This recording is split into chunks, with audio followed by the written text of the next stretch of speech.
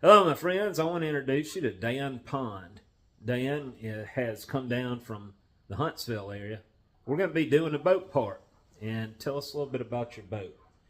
The boat is it's a 26-foot sloop called a Contessa 26. I haven't named the boat yet, but it's sitting on my property there in Tennessee, southern Tennessee, just north of Huntsville, and we're casting a bronze rudder shoe for the rudder to sit into. So it's got a full keel, and then this bronze rudder shoe will be on the back side, the bottom back corner of the keel, and the rudder shaft will nest into the rudder shoe, and you'll see it in a few minutes.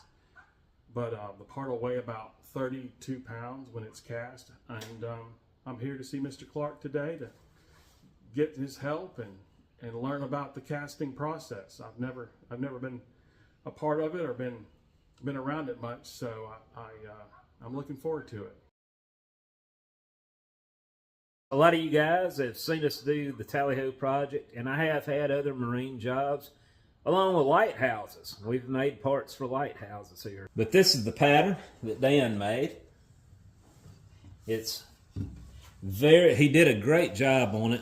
Everything is really smooth. There's no catches on it whatsoever, so this should come out of the mold just fine. I am going to put a riser right here on this end just because of this mass. Let me see how much of a sand barrier I'll go ahead and I can pull it back some a little bit. So guys, we're going to start off by ramming it with the flask that Dan made. And so I'm not sure how much sand we're going to need. We may have to mold a little more. I got 100 pounds mold. And we're going to, as I was telling Dan, we're going to gate it. This will be upside down. We're going to gate it here and here, and then we'll put a riser right there.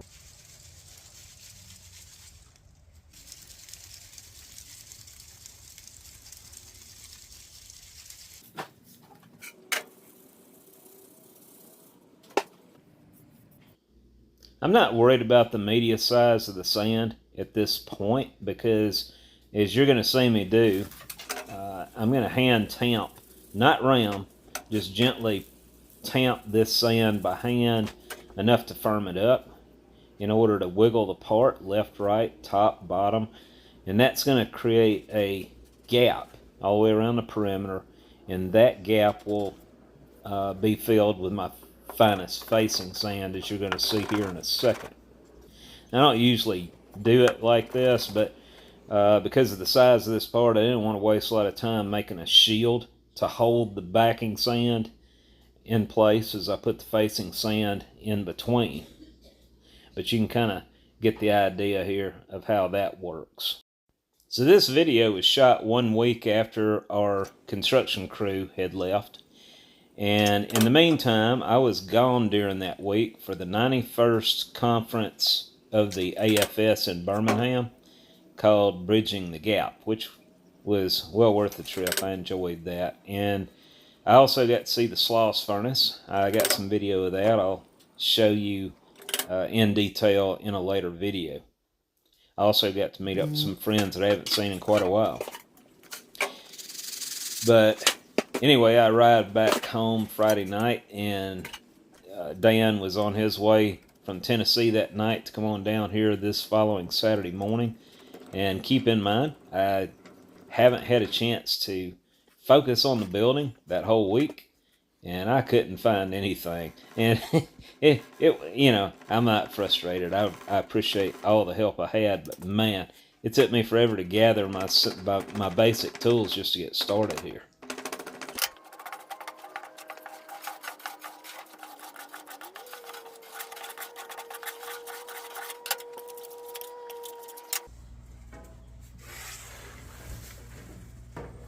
I'm curious. Oh wow, that's really firm. Oh yeah, That's great. yeah. That sand. Now it's going to be a little looser on the other side because I wasn't able to ram it that good yet. Okay.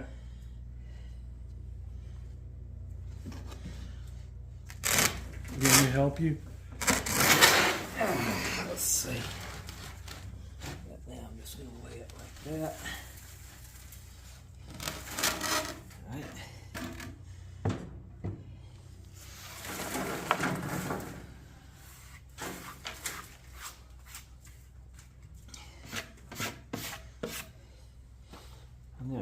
I'm gonna pick it up. Yeah. And I need you to, if you would, put that board down.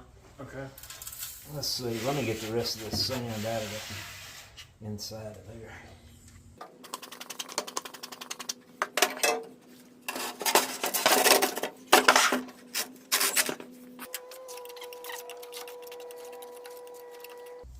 Now, is the finish on the inside critical?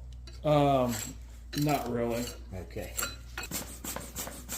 Well, it's still going to have a decent finish. It just won't have the finest finish on it. Okay. That'll be glassed and nested on that dead wood.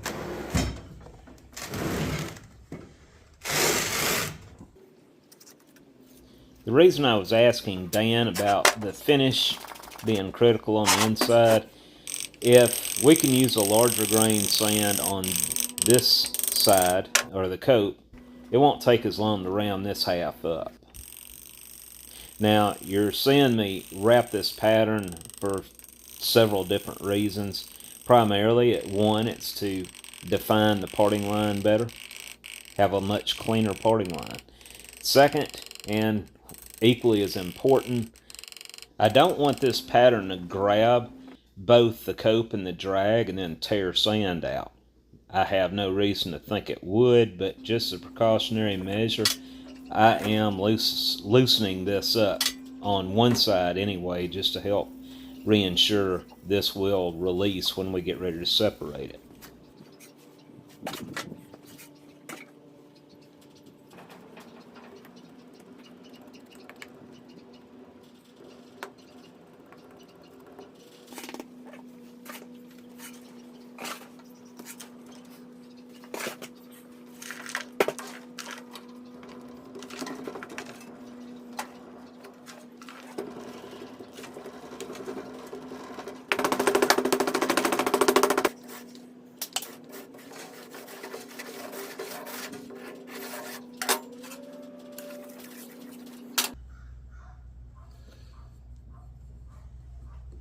So that's the sprue.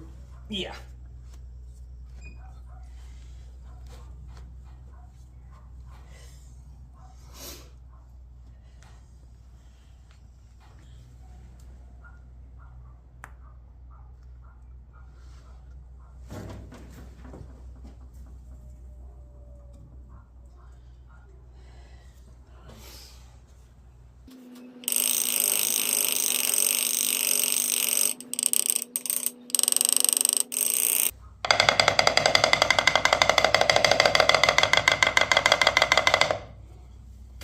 We might I got some smaller ones. These will work. These will work, Mr. Clark.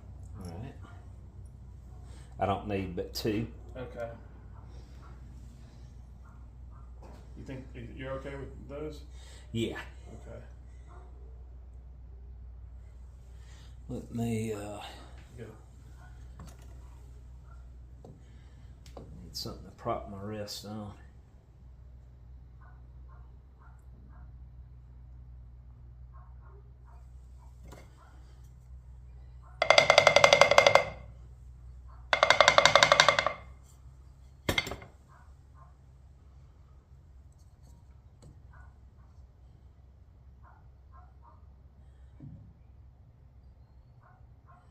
Once you get that vacuum broke,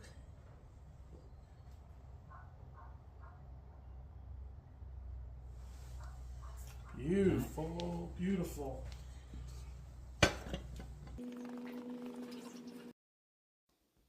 I often trigger people at this point where I'm hand cutting a runner.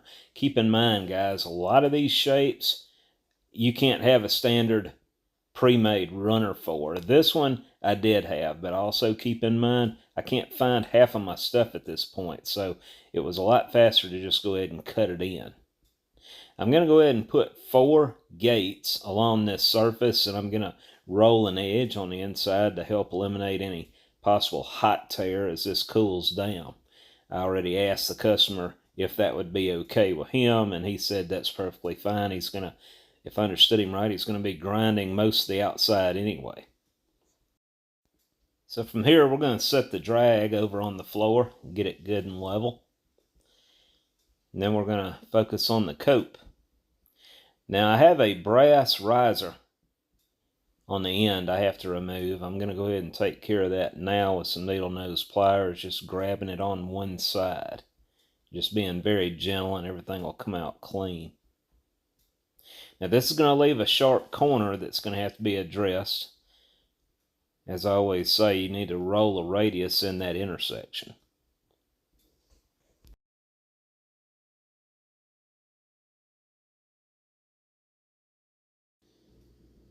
So I'm venting this all the way around the perimeter on the inside corner, and the witness marks from the vent wire won't show up on the outside of the casting this way, and they can easily be knocked down with a grinder. Now because of the size of this pattern, the volume that's got to displace the gases in the mold when I'm filling it, I want that to breathe as well as I can. I don't want to take any chances here. So now I'm blending that radius at the intersect to the bottom of that blind riser at this point. I changed my mind right before we put this together and went ahead and opened the riser all the way up.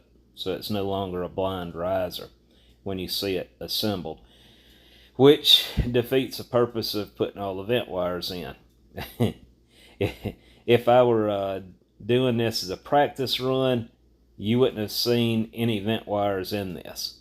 But, you know, we're looking good so far, so I'm not going to do all this for video's sake just to show a flawless mold making presentation. Anytime I use my sprue cutter, it always swells this part of the mold down below, which can cause sand to break off when you assemble it if you don't get it right on the money. So it's always safer to just go ahead and grade that high spot off and not have to worry about it.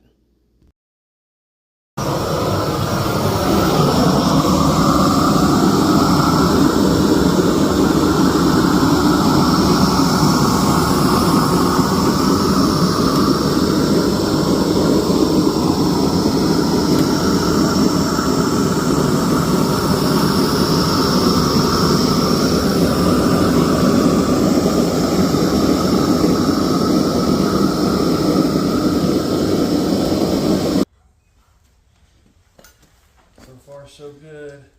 Those should nest right on in there.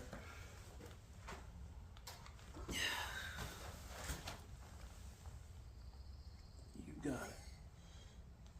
Something right. Okay, lift up. There we go. Now go down. We got it. Nice and easy, all the way down.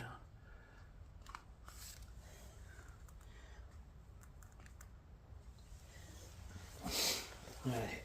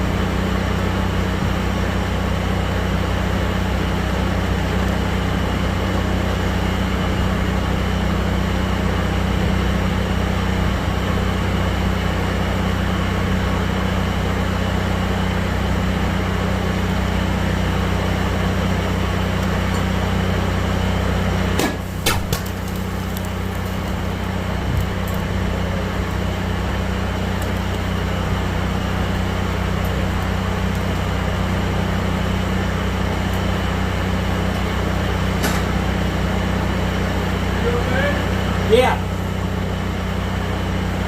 Well guys, I thought I had dried out my ingot tray well enough, but I was wrong. If you're wondering what happened, here's a different camera angle.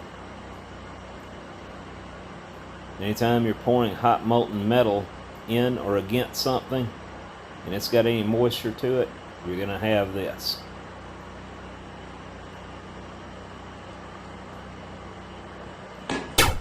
And there goes Dan. Alrighty. I'm going to just roll this on over.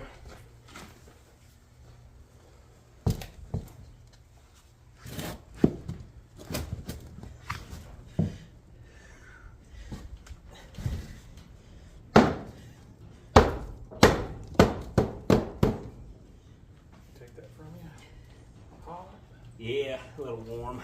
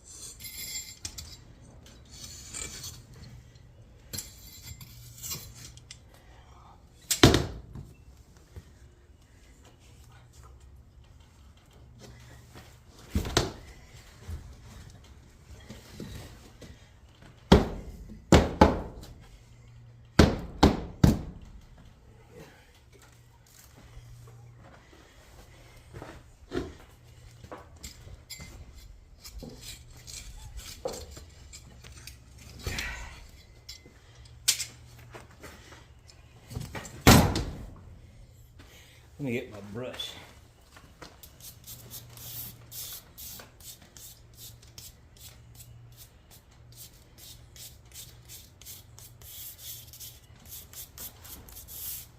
I still got sand in the core I gotta get out. Oh, it came out.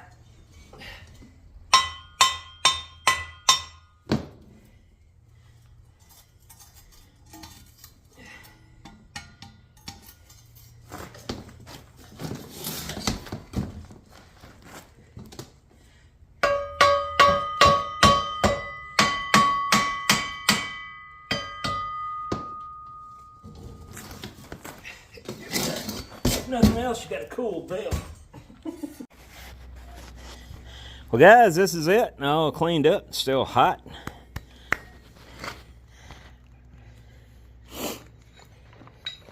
There are some rough spots, but it's penetration that went into the sand. That'll sand out nicely.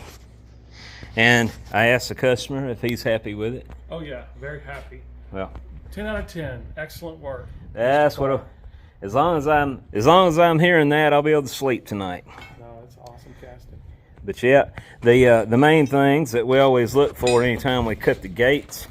You don't know if you got a good casting until you see good solid material here, and it's still mighty warm. It is. I'll turn it over. And if you look at the riser, we're using a 2-inch riser, and it looks great. No problem at all there. And this will get cut out here. yeah, he said he's going to cut this out, and he's also going to machine a 45 degree right there. Or is it the other way? Yeah, 45, just like you said, just like that. Okay, all right. So some of that's going to be removed. And then there'll be board for the rudder shaft to come up through here like that. Right. And what this goes on, as he was explaining to me, this goes on the bottom. This is a bottom support for a rudder. And it'll also serve as a skid plate to keep from entrapping fishing line and other things that may be floating out there. Yep. But anyway, guys, I made this customer happy, so I'm happy. I do love this time of the year. All the little flowers are popping up. Thought I'd give y'all a little glimpse of some of our spring colors out here.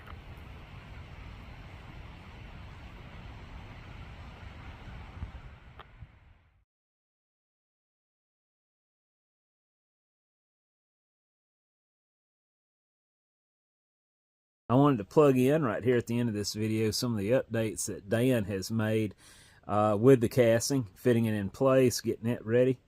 Looks like he's coming along pretty well.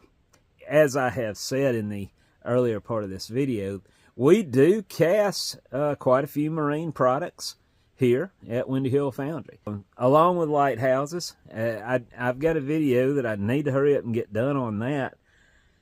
They're going to finish the lighthouse before I get the video out, it looks like. But we made some hinges for the Port Austin Reef Lighthouse up in Michigan quite a while back now. And but I'll tell you, you ought to follow them anyway until I do get that video out, because it's pretty interesting as you keep up with the progress. They actually found a message in a bottle encased in one of the walls from the original builders or the constructors of the lighthouse.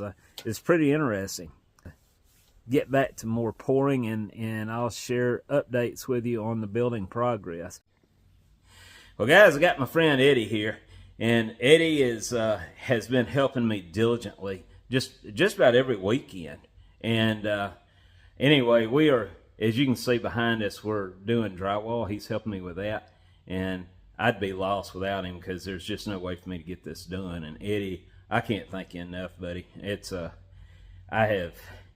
this gets overwhelming when I'm trying to do things by myself. You're welcome. Well, I am.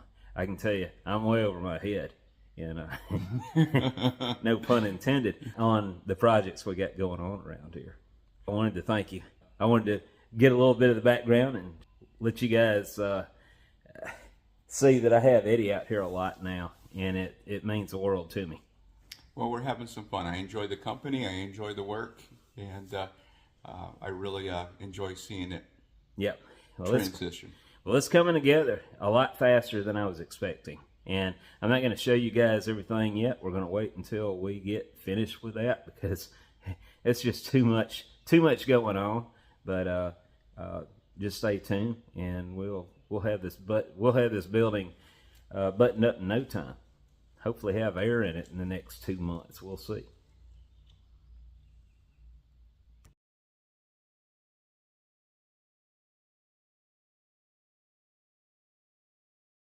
For those who have been asking about the Windy Hill Foundry hats, these are now available on my website, windyhillfoundry.com, under stores, or you can click on the above link.